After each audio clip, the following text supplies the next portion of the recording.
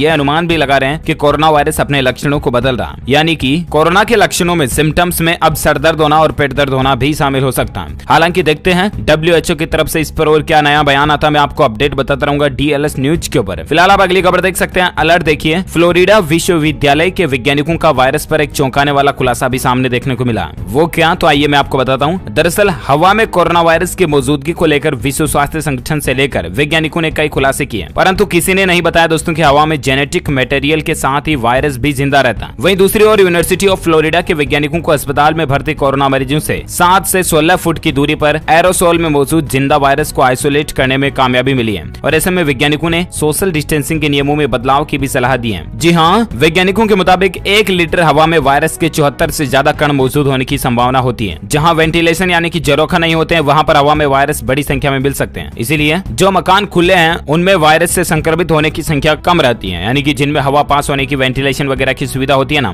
तो उन मकानों में वायरस की मौजूदगी की संभावना कम रहती है। ये भी वैज्ञानिकों का रिसर्च में बीच में खुलासा हुआ था, मैंने आपको DLS न्यूज के ऊपर बताया भी था, राइट। और ऐसे में अब बात करें अगली बड़ी खबर में, जहां देख पा रहे कोरोना वायरस से अचानक हो जा रही मौत, डॉक्टरों ने बताई ये वजह। जी हाँ, कोरोना वायरस पर डॉक्टर्स और शोधकर्ताओं की खोज लगातार जारी है। डॉक्टर्स ने कोरोना वायरस से हो रही मौतों की एक और वजह का खुलासा किया। दरअसल डॉक्टरों का कहना है दोस्तों कि कोरोना वायरस शरीर में ब्लड क्लॉटिंग यानी कि खून का थक्का भी बनाता है, जिसकी वजह से मरीज की अचानक मौत हो जाती है। आप देख सकते हैं KGMU के डॉक्टर ने भी दावा किया कि कोरोना वायरस बना रहा ब्लड क्लॉटिंग, जिससे हो रही है मौतें। दरअसल ये दावा कोविड थिंक टैंक के सदस्य और लखनऊ के KGMU अस्पताल के pulmonary and critical care medicine के विभाग अध्यक्ष डॉक्टर वेद प्रकाश ने किया है। डॉक्टर वेद जी का कहना दोस्तों की कोरोना वायरस की वजह से फेफड़ों के नसों में ब्लड क्लॉटिंग हो रही है, और ब्लड क्लॉटिंग की वजह से ऑक्सीजन के सारे रास्ते बंद हो जाते हैं, जिसकी वजह से कोरोना के मरीजों की अचानक से मौत हो जा रही है। डॉक्टरों का कहना है कि दूसरी बीमारियों की तुलना में कोरोना वायरस ज्यादा ब्लड क्लॉटिंग बना रहा है, जिससे कि मरीज की मौत जल्दी हो जाती है। कोरोना वायरस की वजह से क्लॉटिंग क्यों बन रही है, अभी इस पर भी वैज्ञानिकों की रिसर्च जारी है, और देखते हैं आगे नए नए साइंटिस्ट के क्या खुलासे देखने को मिलते हैं। मैं आपको अपडेट बताता रहूंगा DLS न्यूज के ऊपर। फिलहाल आप अगली खबर देख सकते हैं कि चीन से आई चौंकाने वाली खबर, चीन में भी कोरोना वायरस मौजूद है। दरअसल चीन ने यह दावा किया दोस्तों कि ब्राजील से भेजे गए फ्रोजन चिकन के पंखों में कोरोना वायरस पाया गया। दरअसल चीन के शहर शेनज़ेन के लोकल डिजीज कंट्रोल ने ब्राजील से भेजे गए फ्रोजन चिकन का सैंपल लिया था, और नियमित जांच के बाद सैंपल रिपोर्ट आई तो पता चला कि फ्रोजन चिकन के विंग्स में यानी कि पंखों में कोरोना वायरस पाया गया। और उसके बाद चीन ने तो यहाँ तक भी कह दिया कि ब्राजील से आने वाली चिकन को ना खाएं, क्योंकि उसमें कोरोना वायरस है। ब्राजील की मुर्गियां जो है वो कोरोना संक्रमित हैं, ये भी कहना रहा है चीन का। साथ ही खबर देख पा रहे होंगे दोस्तों के उत्तर प्रदेश के गाजियाबाद के पूर्व सांसद सुरेंद्र प्रकाश गोयल का भी निधन हो चुका है। वो भी कोरोना से पीड़ित थे। गाजियाबाद के पूर्व सांसद और कांग्रेस के वरिष्ठ नेताओं में शुमार सुरेंद्र प्रकाश गोयल का शुक्रवार को निधन हो गया। कोरोना संक्रमण के बाद वह पिछले 15 दिनों से दिल्ली के गंगाराम अस्पताल में भर्ती थे। उनके निधन की पुष्टि उनके पुत्र सुशांत गोयल ने की है। निधन की खबर मिलते ही कांग्रेसी नेताओं में शोक की लहर दौड़ गई है। स्वास्थ्य विभाग के मुताबिक 20 जुलाई को पूर्व सांसद की कोरोना जांच कराई गई तो संक्रमण की पुष्टि हुई। उनका शुरू में होम आइसोलेशन में ही उपचार किया गया। हालात बिगड़ने पर 2 अगस्त को नगर विधायक एवं स्वास्थ्य राज्य मंत्री अतुल गर्ग की सिफारिश पर उन्हें दिल्ली के गंगाराम हॉस्पिटल में भर्ती कराया गया था, और इसके बाद 75 वर्षीय सुरेंद्र गोयल जी का निधन हो चुका है। साथ ही खबर है दोस्तों की स्पुतनिक 5 वैक्सीन के ऐलान के बीच बड़ा दावा निकल कर आ रहा है। 6 साल से कोरोना टीके की तैयारी कर रहा था रूस। जी हाँ, यकीन नहीं होगा आपको भी, लेकिन ये हकीकत है दोस्तों। बिना सारे परीक्षण किए वैक्सीन बनाने के दावों के बीच रूस ने यह दावा किया कि वह 6 साल से कोरोना के टीके की तैयारी में जुटा था।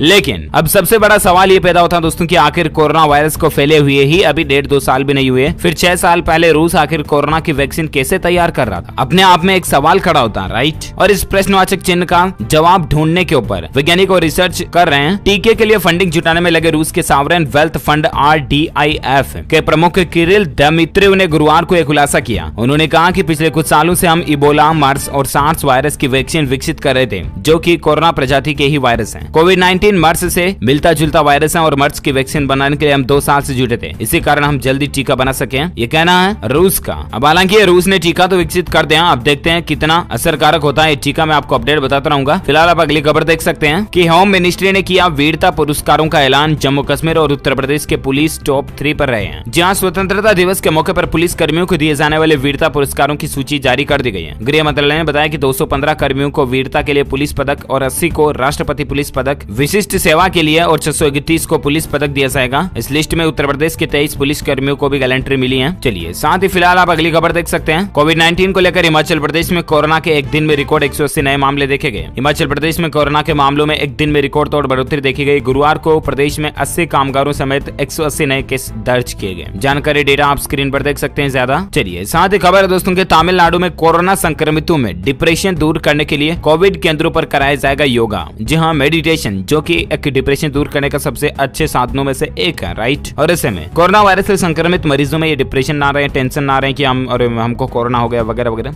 इसीलिए इस अवसाद को दूर करने के लिए तमिलनाडु सरकार ने योगा का सहारा लिया है और राज्य के विभिन्न केंद्रों पर कोरोना वायरस रोगियों के उपचार के एक भाग के रूप में योग थेरेपी का उपयोग किया जा रहा है। दरअसल संक्रमित लोगों में से कुछ में आत्महत्या की प्रवृत्ति भी है। इस कारण उनका अवसाद यानी कि डिप्रेशन दुख दूर करने के लिए योग का इस्तेमाल किया जा रहा है, मेडिटेशन का, है ना। ये अच्छी बात है। चलिए साथ ही अपडेट देख पा रहे कि चीन के दावे पर WHO का जवाब देखिए जरा। फ्रोजन चिकन से कोरोना संक्रमण फैलने का कोई भी सबूत दिखाई नहीं दे रहा। हाल ही में आपको बताया 1-2 दिन से चीन ये दावा कर रहा है कि फ्रोजन चिकन जो ब्राजील से आ रहा उसमें कोरोना वायरस संक्रमित पाए गए हैं। लेकिन अब इस पर विश्व स्वास्थ्य संगठन यानी कि WHO ने चीन के उस दावे को खारिज कर दिया जिसमें उसने ब्राजील से भेजे गए फ्रोजन चिकन विंग्स के कोरोना संक्रमित पाए जाने की बात कही थी। WHO ने कहा दोस्तों कि अभी तक पैक्ड या फ्रोजन फूड के लिए कोरोना संक्रमण फैलने के कोई भी सबूत नहीं है, इसलिए लोगों को इसे इस्तेमाल करने से नहीं डरना चाहिए। चीन ने पहले बीते हफ्ते में ही दावा किया था कि यंताई शहर में इक्वाडोर से भेजी गई समुद्री झींगा मछली भी संक्रमित पाई गई थी। हालांकि इसके स्पष्ट सबूत अभी तक भी साझा नहीं किए गए और ऐसे में देखिए आप चीन का साफ साफ झूठ यहीं पर नजर आ रहा। WHO मना कर रहा और चीन कह रहा कि नहीं ये होता है, WHO कह रहा कि नहीं होता, इससे संक्रमित। साफ साफ बात है कि चीन झूठ बोल रहा है ना। अच्छा, और एक खबर देख सकते हैं कि कोरोना वैक्सीन बनाने में हुए नियमों के उल्लंघन के विरोध में रूस के टॉप डॉक्टर ने इस्तीफा भी दिया। देखिए जरा हालात क्या चले। रूस का कोरोना वैक्सीन बना लेने का दावा लगातार विवादों में गिरता जा रहा। WHO के सवालों के बाद अब रूस के ही सांस की बीमारियों के एक टॉप डॉक्टर ने वैक्सीन बनाने की प्रक्रिया पर ऐतराज जताते हुए इस्तीफा दे दिया। डॉक्टर अलेक्जेंडर कुसलिन ने कहा दोस्तों की वैक्सीन बनाने में मेडिकल एथिक्स का गंभीर रूप से उल्लंघन हुआ। राजनीतिक दबाव में न तो ठीक से ट्रायल हुए और न ही किसी मेडिकल जर्नल में वैक्सीन से जुड़ी जानकारियां प्रकाशित की गई हैं। डॉक्टर अलेक्जेंडर रूस के टॉप डॉक्टर्स में से एक माने जाते हैं और ये रूसी हेल्थ मिनिस्ट्री की एथिक्स काउंसिल के सदस्य भी रह चुके थे। उन्होंने वैक्सीन बनाने में की गई इस जल्दबाजी के खिलाफ इस काउंसिल से भी इस्तीफा दे दिया। उन्होंने कहा कि रूसी वैक्सीन स्पुतनिक वी के लिए जरूरी मंजूरी नहीं ली गई थी और इसकी घोषणा जल्दबाजी में कर दी गई। अलेक्जेंडर ने स्पष्ट कहा दोस्तों कि इस वैक्सीन के सुरक्षित होने की फिलहाल कोई भी गारंटी नहीं है। चलिए साथ ही खबर देख पा रहे रूस की कोरोना वैक्सीन पर बवाल अभी भी जारी है। WHO के सवाल पर रूस ने कहा कि प्रतियोगिता से मत डरिए। जी हाँ, विश्व स्वास्थ्य संगठन ने गुरुवार को एक बार फिर से रूस की कोरोना वैक्सीन को लेकर गंभीर सवाल उठाए। WHO ने स्पष्ट रूप से कहा कि रूस ने जिस वैक्सीन को मंजूरी दी है वह उन 9 वैक्सीन में शामिल ही नहीं है जिन्हें फाइनल टेस्टिंग की मंजूरी दी गई है या जिन्हें संगठन वैक्सीन का दावेदार माना जाता है। अब जरा देखिए कि रूस ने वैक्सीन को डिक्लेयर तो कर दिया पब्लिक में, लेकिन अभी भी ये विवादों में काफी ज्यादा चल रही है। हालांकि इसके नजारे जो अभी इसके रिजल्ट के जो परिणाम है वो हमें देखने को नहीं मिले हैं। हम सभी उम्मीद करते हैं कि उसके नतीजे भले ही पॉजिटिव रहे, लेकिन रूस ने कुछ जल्दबाजी जरूर की है। इसी को लेकर मीडिया में इतनी सारी खबरें और चर्चाएं चल रही हैं, राइट। चलिए अगली खबर देख सकते हैं आपकी विदेश से मुंबई आने वाले लोगों को अब क्वारंटीन नियमों में कुछ छूट दी गई है। जी हाँ, नागरिक उड्डयन मंत्रालय ने मुंबई एयरपोर्ट पर विदेशों से आने वाले यात्रियों को क्वारंटीन नियमों में छूट दी है। अब इन यात्रियों का अनिवार्य तौर पर इंस्टीट्यूशनल क्वारंटीन में रहना जरूरी नहीं होगा। दरअसल ये छूट इसलिए दी गई है कि इस वक्त ज्यादातर यात्री इमरजेंसी कारणों से यात्रा कर रहे हैं और ऐसे में अनिवार्य क्वारंटीन नियमों की वजह से उन्हें दिक्कतों का सामना भी करना पड़ रहा है। इसलिए अब ऐसे यात्रियों को छूट दी जाएगी जिन्होंने 96 घंटों के भीतर अपना कोविड टेस्ट करवाया हुआ हो या आप विदेश से आने वाले किसी भी यात्री को यात्रा के 72 घंटे के अंदर कोविड टेस्ट दिखाना होगा। ऐसे यात्रियों को महाराष्ट्र सरकार द्वारा लगाए गए इंस्टीट्यूशनल क्वारंटीन नियमों से छूट मिल जाएगी। गौरतलब है कि महाराष्ट्र सरकार के नियमों के मुताबिक विदेशों से आने वाले सभी यात्रियों को 2 चरणों में क्वारंटीन रहना पड़ता है। इसके तहत 7 दिन का इंस्टीट्यूशनल क्वारंटीन होता है, फिर 7 दिनों तक होम क्वारंटीन का नियम है। अब नए नियम के मुताबिक कोई यात्री कोविड टेस्ट दिखाकर इंस्टीट्यूशनल क्वारंटीन से बच सकता है। तो ये कुछ प्रशासन ने ढील दी है, अच्छी बात है। साथ ही खबर देख सकते हैं दोस्तों की कोरोना के चलते हिमाचल प्रदेश के निजी स्कूलों के 60,000 टीचर्स और कर्मियों पर भी संकट मंडरा रहा। जी हाँ, कोरोना वायरस संकट के चलते हिमाचल प्रदेश के प्राइवेट स्कूलों के हजारों टीचर की परेशानी काफी बढ़ गई है। किसी की नौकरी चली गई तो किसी को वेतन नहीं मिल रहा। निजी स्कूलों के यानी कि प्राइवेट स्कूल्स के कर्मचारियों का भी हाल यही है।